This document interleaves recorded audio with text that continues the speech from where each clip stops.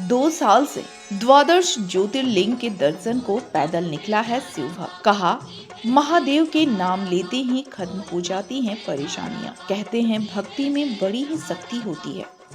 ईश्वर के प्रति सच्ची आस्था और विश्वास रखने वाले भक्तों के लिए दुनिया की बड़ी से बड़ी मुश्किलें तिनके के समान हो जाती हैं। यह बात हम यूं ही नहीं कह रहे हैं, बल्कि आज हम इसका एक उदाहरण भी आप लोगों के समक्ष प्रस्तुत करेंगे। आपके स्क्रीन पर चल रहे इस वीडियो को देखकर आप लोग यही सोच रहे होंगे कि यह भक्त कांवड़ यात्रा कर रहे हैं, लेकिन अभी तो श्रावण शुरू ही नहीं हुआ, तो यह कांवड़ यात्रा कैसी?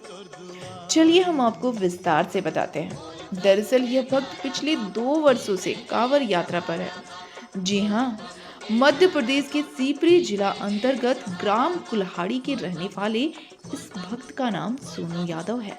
यह ऑटो चलाने का काम करते थे, लेकिन इन्हें भगवान भोलेनाथ की भक्ति का ऐसा रस चढ़ा कि ये पिछले 2 वर्षों से कांवड़ लेके 12 ज्योतिर्लिंगों के दर्शन के लिए पैदल ही नंगे पांव निकले हुए हैं। सोनू बताते हैं कि वे वर्ष 2022 के श्रावण मास में ही 12 ज्योतिर्लिंगों के दर्शन के लिए कांवड़ लेकर पैदल ही निकले थे। सबसे पहले वे रामेश्वरम गए, जहां उन्होंने ज्योतिर्लिंग का दर्शन किया।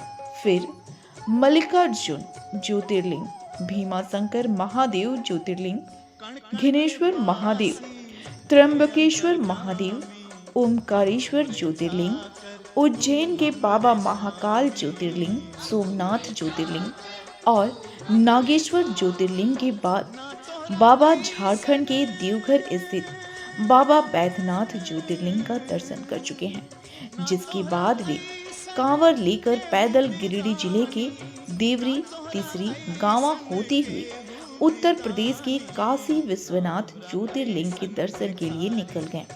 उन्होंने बताया कि काशी विश्वनाथ के दर्शन के बाद अंतिम में केदारनाथ ज्योतिर्लिंग के दर्शन करने के बाद ही उनकी यात्रा सफल होगी। शिवभक्त सोनू ने बताया कि वे 2 वर्षों से फलाहार पर ही यात्रा कर रहे हैं। महादेव का नाम लेते ही सारी परेशानियां दूर हो जाती हैं।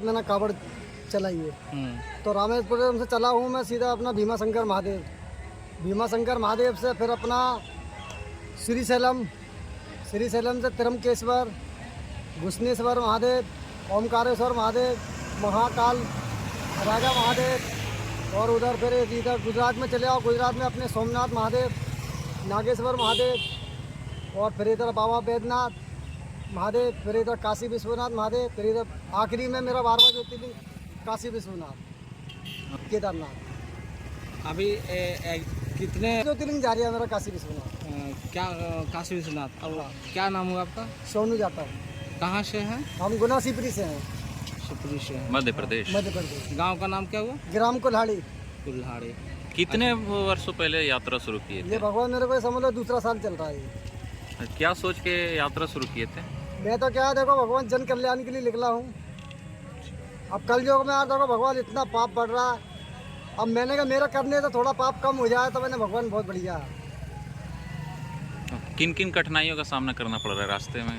रास्ते में देखो भगवान ने ये यात्रा में निकला हूँ, प्रभु ने मुझे कहीं से कहीं तक मुझे दिक्कत नहीं दी है। क्या है, मैं तो खाली बाबा को ये कहता हूँ कि बाबा तू मेरे को खाली अपने पास बुला ले, बस जैसे तैसे।